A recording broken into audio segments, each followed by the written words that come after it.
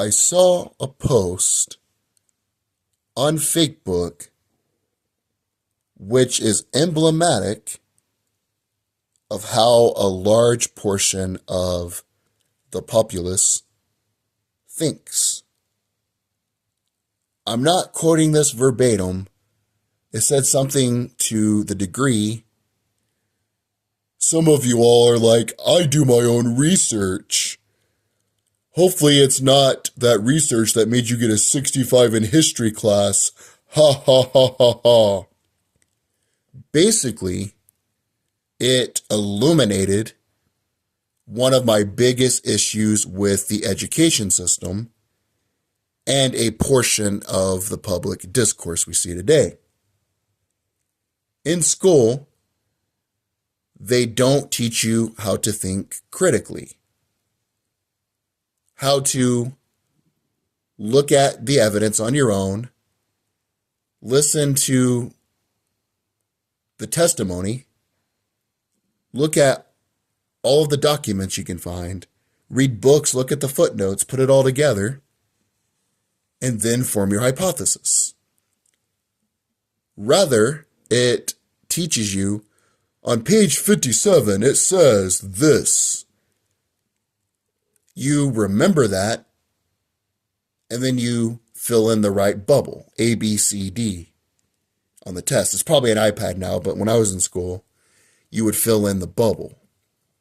And if you can remember to regurgitate and repeat what the textbook says is true, then you're an intellectual, you're intelligent, because the metric they use to determine that says you are.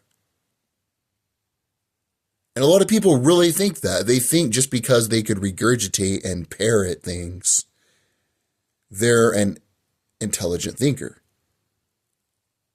Don't misunderstand me. I want to make myself unambiguously clear.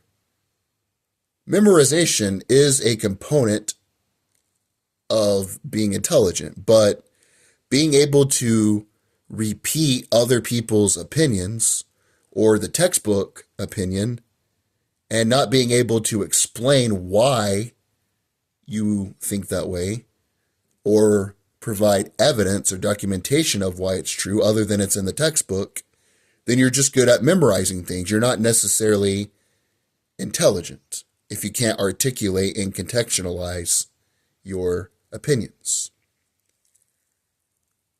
Someone in the comment section said something to the extent of, I made hundreds on all of my history tests. I responded, so that means you're good at regurgitating what was in the book. When I read my textbook, it said, in history class, and my teacher told me this, Lee Harvey Oswald acted alone when he unalived JFK. He was a lone nut and acted completely on his own accord. According to the National Archives, the government's own documents, this isn't me saying this, and this is what I told this person. Again, none of this is verbatim, but I'm just surmising what it is. I'm not going to sit here and read you text to comments. According to the National Archives, Oswald went to Mexico City. He publicly said he was a communist. Being a communist at the height of the Cold War, when that was illegal in Mexico City, number one. Couple other things to point out. He went to the Soviet embassy there, and he went to the Cuban embassy there.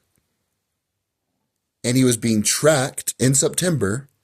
This was 2 months before the situation happened with JFK, November 22nd, 1963. He was being tracked by the intelligence agencies, according to this document. And he could speak fluent Russian. I'm supposed to believe that the intelligence agencies were tracking a loser, according to their own reports,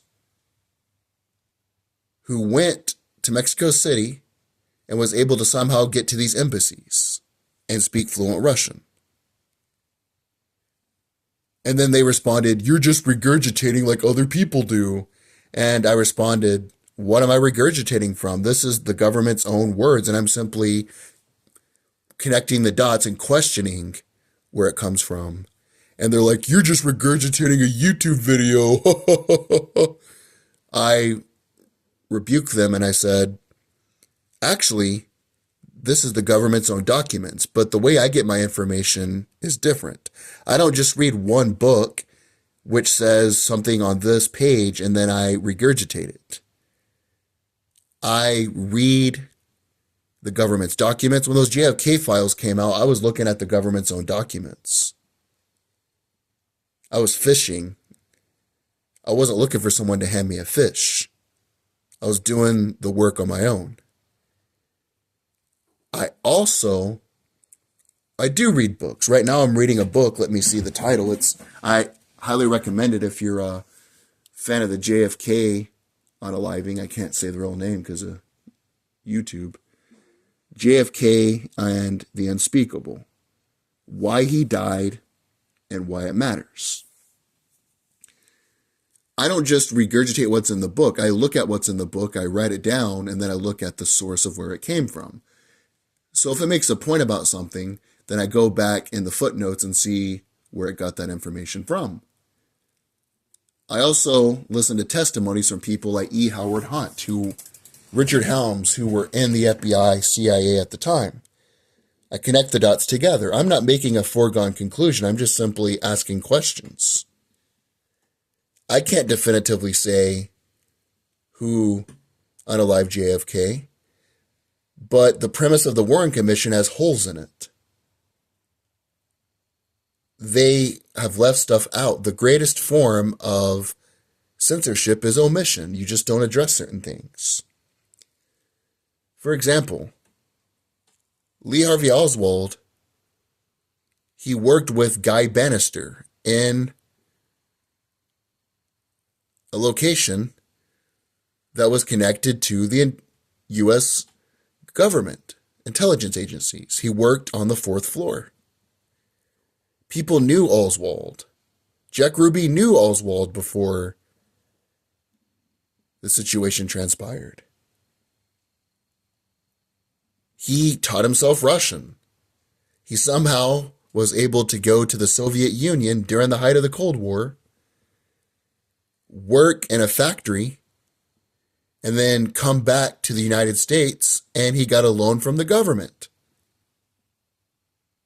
But according to the Warren Commission, he was a lone nut, he was dumb, he acted alone. I'm just simply asking questions here. And why would you cover up thousands of documents for many years if that was true? If that was the truth, wouldn't you just want this stuff out there so the public could see it? So they could illuminate what you're saying is true? When Lee Harvey Oswald was interviewed by the Dallas Police Department, why were there not transcripts of that interview? Why was there not a recording of that interview? Why is there no documentation of that interview? Why wasn't Jack Ruby flown to D.C. to testify? These are just simple questions. If it is as simple as they're saying, if it was Lee Harvey Oswald, he acted alone, he was a nut, maybe that's true. But there are a few questions you have to answer. And that's all I'm doing is I'm using this as a roadmap to show you how to think critically. It can be about anything. It can be about your political opinion. Everybody's into politics now. I'm not really into it. I'm more into history. I'm not super big into politics. You can use that for almost anything. Look at the documents. Listen to people's own words. Yes, read books, but also look at the footnotes to see where they got that from. And you can watch YouTube videos, but write everything down that you hear. And if they have sources in the video and the description, click on those sources and then form your own opinion. But so many people think just parroting, Lee Harvey Oswald acted alone, page 57. Well, look at me, I filled out all of the right dots.